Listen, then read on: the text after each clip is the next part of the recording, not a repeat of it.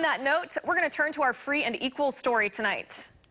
Senator Bernie Sanders unveiled his version of the Green New Deal this week, and it is a doozy. Even climate activists are decrying some of the stupid provisions in the deal, such as calling for 100% renewable energy in the next 11 years and going completely carbon neutral by the year 2050, but also calling for the complete abolition of nuclear energy. That doesn't make a lot of sense. And neither does the rest of the deal, which is not about climate change. Instead, it seeks to totally transform the entire economy and the government of the United States and would cost a cool $16 trillion. Remember, Bernie Sanders endorsed AOC's Green New Deal, which is socialism masked in green leaves, and so is Bernie's plan. He claims the $16 trillion would pay for itself, but when you look at the details, it doesn't pay for itself. The 20 million new jobs he says it will create, and the $2 trillion he wants to spend on retrofitting houses to make them green would be funded by, you guessed it, wealthy people and corporations paying loads and loads more taxes and cutting back substantially, even dangerously, on our military budget. And if that's not enough, Bernie Sanders wants to criminally prosecute private companies who have in the past, quote unquote, caused destruction and punish them for activities that were legal at the time they did them. With me now, Executive Director of Power the Future, Daniel Turner. Daniel, good to see you. Thanks for having me on, Liz. All right, Daniel, it's hard to know where to start here. So let's talk about the idea of going completely carbon neutral by 2050. How does that work?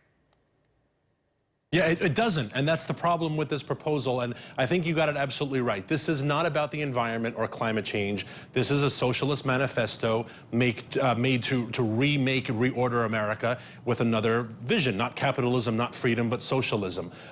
It is against the laws of physics and against the laws of economics to be carbon neutral by 2050. It just doesn't make any sense technologically, and it's kind of a disingenuous, it's really insulting to the American people to lay this out as a plan that we should take seriously. Right. I mean, creating 20 million new government jobs and saying that they will pay, that it will pay for itself. He said in just over 15 years, it will pay for itself. I mean, there's no mathematics, even woke mathematics, even, you know, the liberal version, even Common Core mathematics. I don't get how you come to that number. No, and there are logical inconsistencies, and here's one, for example. One wind turbine requires about 900 tons of steel and 2,500 tons of cement, because it has to be anchored into the ground, right? You don't want these things to go airborne. Steel is forged by the heat of coal.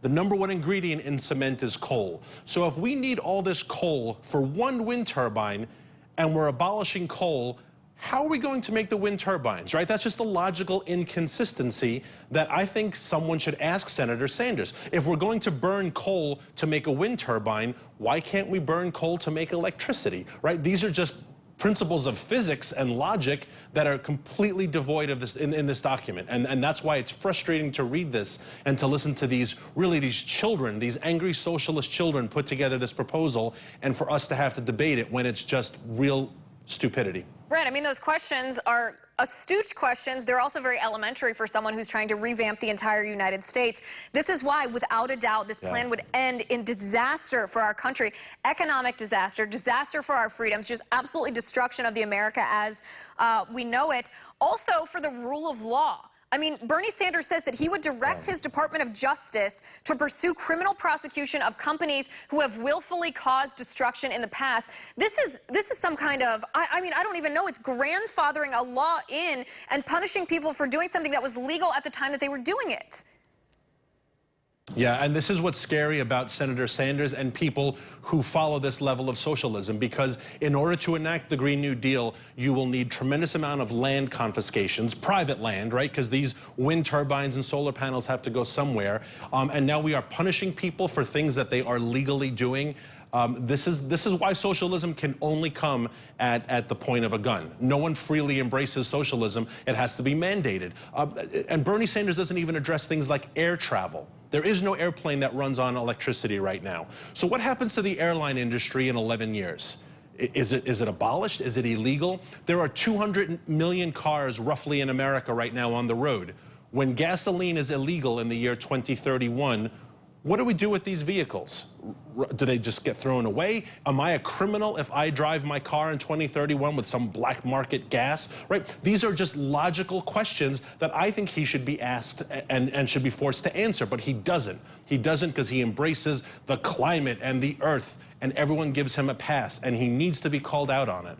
Right, before, again, he destroys our country. All of this money, $16 trillion, he would take from you and from me and from our businesses. This would be paid for by the American people who would not benefit from this, and neither would the climate. This is socialism wrapped up in green leaves to make it look like it's, you know, for a greater good. It's virtue signaling through and through, and it would destroy our country. Daniel, thank you for the breakdown. I appreciate it.